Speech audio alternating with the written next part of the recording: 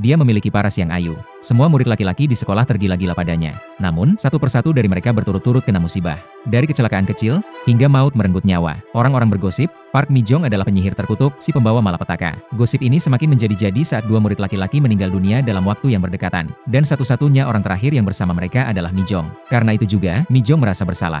Dia akhirnya memilih untuk putus sekolah. Suatu hari, saat sedang bantu ayah di ladang kentang, Mi-jong digigit ular. Demi menolongnya, ayah pun terkena bisa ular dan meninggal dunia. Warga kampung makin yakin Mi-jong adalah penyihir terkutuk. Mereka kompak mengusirnya pergi. Lee Dong-jin yang diam-diam menyukai Mi-jong, tak percaya Mi-jong terkutuk. Semua kecelakaan yang terjadi hanyalah kebetulan. Waktu pun berlalu.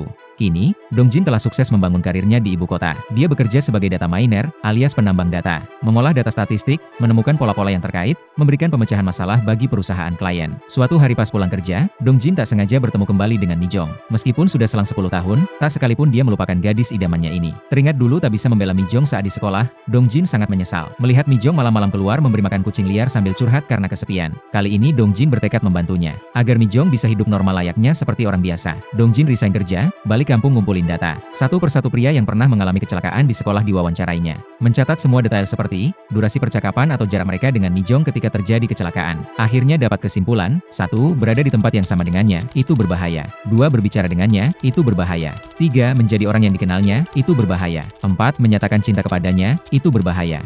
5. Melanggar semua aturan ini akan mengakibatkan kematian.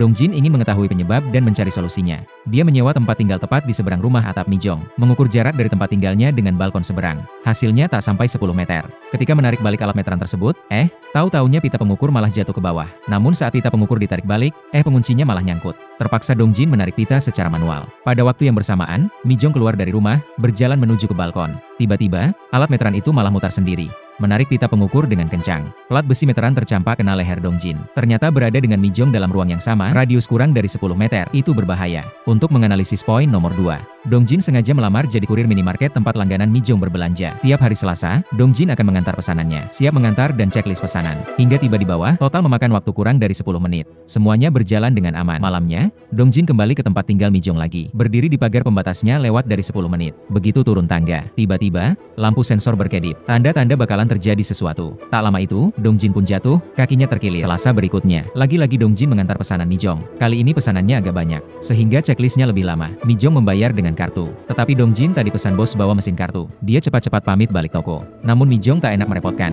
Dia masuk rumah mengambil uang tunai. Dong-jin mulai berkeringat dingin, takut lewat waktu. Begitu dapat bayaran, ia bergegas pergi. Untung saja tak lewat dari 10 menit. Namun begitu keluar dari gedung, baut papan nama tiba-tiba terlepas sendiri.